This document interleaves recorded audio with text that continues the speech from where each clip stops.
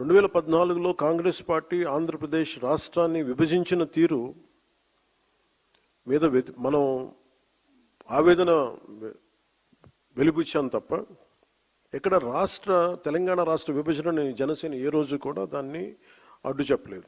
ఇది 2009 నుంచి నేను రిపీటెడ్గా చెప్తున్నా, this is my commitment and also Janasena's commitment for betterment of Telangana, for the statehood of Telangana. కాకపోతే కాంగ్రెస్ పార్టీ విభజించిన తీరు మటుకు ఒక అసంతృప్తిని, ఒక అశాంతిని సృష్టించింది. ఈ రోజుకి ఆ వారసత్వపు సమస్యలు ఇలాగే ఉన్నాయి, ఆస్తుల పంపకాలు కావచ్చు.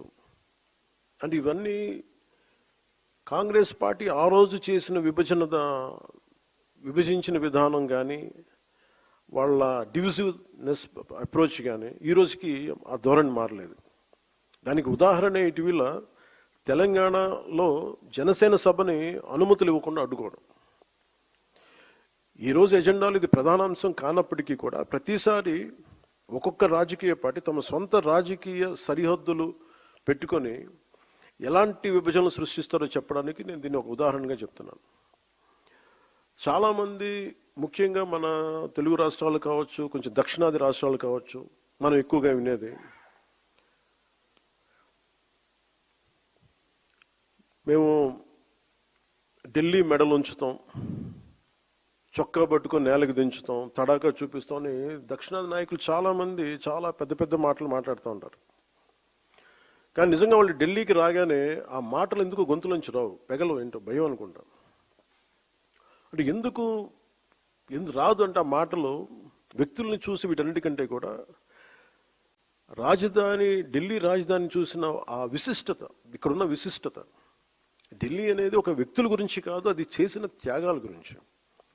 140 కోట్ల మంది ప్రజలను సురక్షితంగా ఉంచడానికి, పరిపాలించడానికి నిరంతరం పోరాడుతున్న ఎన్నో నిబద్ధత కలిగిన సంస్థలు, అది న్యాయ వ్యవస్థలు కావచ్చు, రాజకీయ వ్యవస్థలు కావచ్చు, అడ్మినిస్ట్రేటివ్ వ్యవస్థలు కావచ్చు, డిఫెన్స్ వ్యవస్థలు కావచ్చు, ఇవన్నీ దగ్గరుండి చూసినప్పుడు మనకు అలాంటి మాటలు పెగలవు.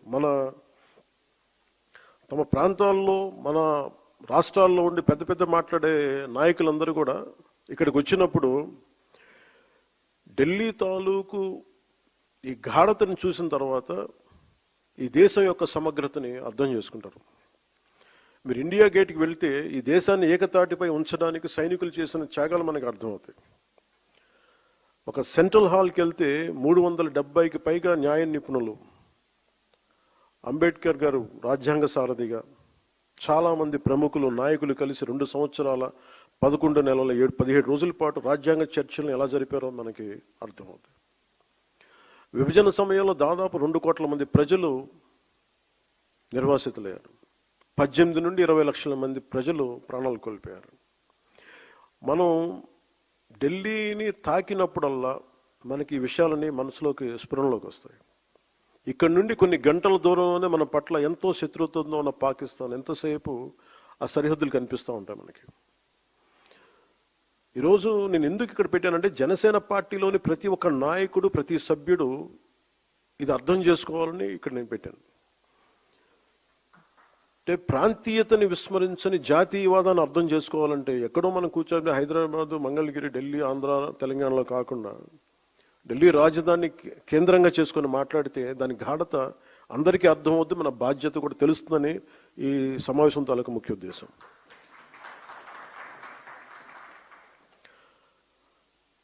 జాతీయ సమగ్రత, దేశభక్తి అనేది జనసేనకి చాలా కీలకమైన అంశం కావాలి మనందరికీ.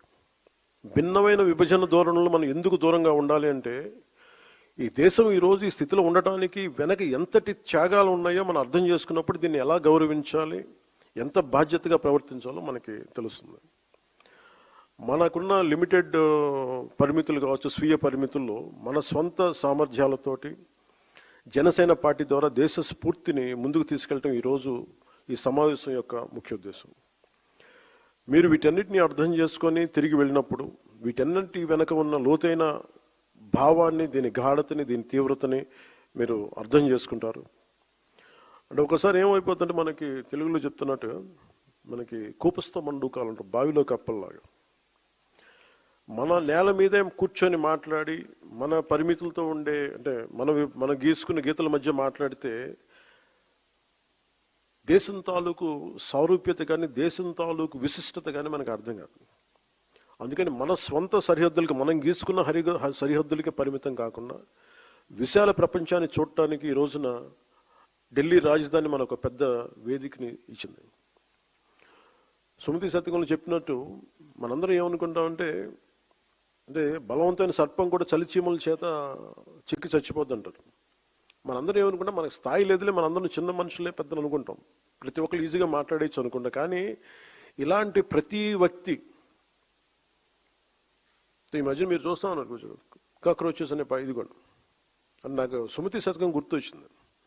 అంటే చాలా చిన్నగా కనిపించే క్రిమి కీటకాలు కూడా, చిన్న చీమలు కూడా ఒక బలవంతమైన సర్పాన్ని చంపేస్తాయి అన్నట్టుగా చిన్న చిన్న ఆలోచనలు ఇండివిజువల్ వ్యక్తులు వీళ్ళందరూ కూర్చొని మనకి సరైన దేశం తాలూకు గాఢతని కానీ తీవ్రతని కానీ దీని తాలూకు లోతును అర్థం చేసుకోకపోతే చాలా డివిజివ్నెస్ యాటిట్యూడ్తో మాట్లాడి దేశం తాలూకు సమగ్రతని బలి చేసేయడానికి ఎప్పుడు శక్తులు సిద్ధంగా ఉంటాయి. అలాంటి ఆలోచన ప్రవాహంలో మనం చిక్కుకోకూడదు అన్న భావన తెలియజెప్పడానికి ఈ ఢిల్లీని వేదికగా పెట్టాం. అయితే చాలా కోట్ల మంది చిన్న చిన్న ఆలోచనల వ్యక్తులు కూడా కలిస్తే అది మంచి కావచ్చు చెడు కావచ్చు చాలా బలమైన ప్రభావాన్ని సృష్టించగలరు. అందుకని ఈ విభజనవాదాన్ని సృష్టిస్తున్నారు లేదంటే ఇలాంటి పరిస్థితుల్లో మనం దాంట్లో భాగస్వామ్యం కాకూడదు, దాంట్లో మనం ఎంత ఎదురెడ్డి పోరాడాలని చెప్పడానికి దీని తాలూకు ముఖ్యాంశం. సో మిమ్మల్ని అందరినీ ఇక్కడికి ఆహ్వానించడంలో నా ముఖ్య ఉద్దేశం ఒకటే, ఒక బాధ్యత గల రాజకీయ పార్టీగా ఈ ఆశయాన్ని మరింత స్వాతంత్ర్య స్ఫూర్తిని ముందుకు తీసుకెళ్ళటం, మన ఫౌండేషన్ ఫాదర్స్ని గౌరవించడం ఈరోజు ఈ సమావేశం యొక్క ముఖ్య ఉద్దేశం. సో దీంట్లో సర్టన్ పాయింట్స్ అనుకున్నాం. అంటే నేషన్ ఫస్ట్ అంటే కాన్సెప్ట్స్ వైజ్ మనం మాట్లాడుకోవాల్సిన స్ట్రెంథనింగ్ నేషనల్ యూనిటీ, అంటే నేషన్ ఫస్ట్ కింద strengthening national unity, security, internal security and democratic values ఒకటి. Vikasit Bharat, from aspiration to achievement, under 12 years of transformative leadership under Prime Minister Narendra Modi ji. Alage 2 years of renewal, reconstruction, inclusive development in Andhra Pradesh, from crisis to confidence. A journey to sacrifice, Janasena, 12 years Prasthanam, a journey of sacrifice, service and people's trust. Alage Bhavishyattu సరికొత్త తరం అందరూ మాట్లాడుతున్న catch phrase Gen Z అనేది భవిష్యత్తుకి జనసేన తరపు నుంచి ఎలాంటి దిశానిర్దేశం చేయాలి వీటన్నిటిలో. సో ముందు వెళ్ళబోయే ముందు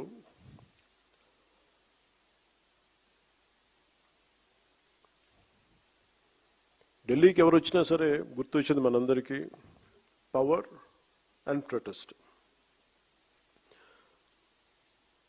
పవర్ సెంటర్ ఇది. సదరు పార్టీలు ఎంపీలు కావచ్చు, నాయకులు కావచ్చు, అడ్మినిస్ట్రేటివ్ పవర్ సెంటర్స్ కావచ్చు. It's a seat of position of power, seat of power. దీనికి సంబంధించి వస్తారు. ముఖ్యంగా మన ఎంపీలకు కానీ జనసేన నాయకులకి అందరికీ కూడా don't make Delhi, capital Delhi, as a networking place. ప్రతి దక్షిణ భారతదేశం నుంచి వచ్చిన అందరం చెప్పలేను కానీ చాలా వరకు నేను విన్నది, నాట్ ఆల్, స్పెసిఫిక్గా చెప్తున్నాను, మన పార్టీ నుంచి ఉన్న ఎంపీలు ఎవరు కూడా మీరు దేశ ప్రాధాన్యతని ముందుకు తీసుకెళ్ళాలి. You are not just representing Andhra Pradesh, you are representing entire Bharat. You have a responsibility. ఎందుకంటే ఒకసారి one single MP can make a huge difference. అలాంటిది మన రాజ్యసభకి వెళ్ళే ఎంపీ కావచ్చు, లేదంటే ఆల్రెడీ ఉన్న మన లోక్సభ ఎంపీలు కావచ్చు, you have a greater role to play in nation building. సమస్య ఎక్కడ ఉంటుందంటే మనుషుల్ని పంపించి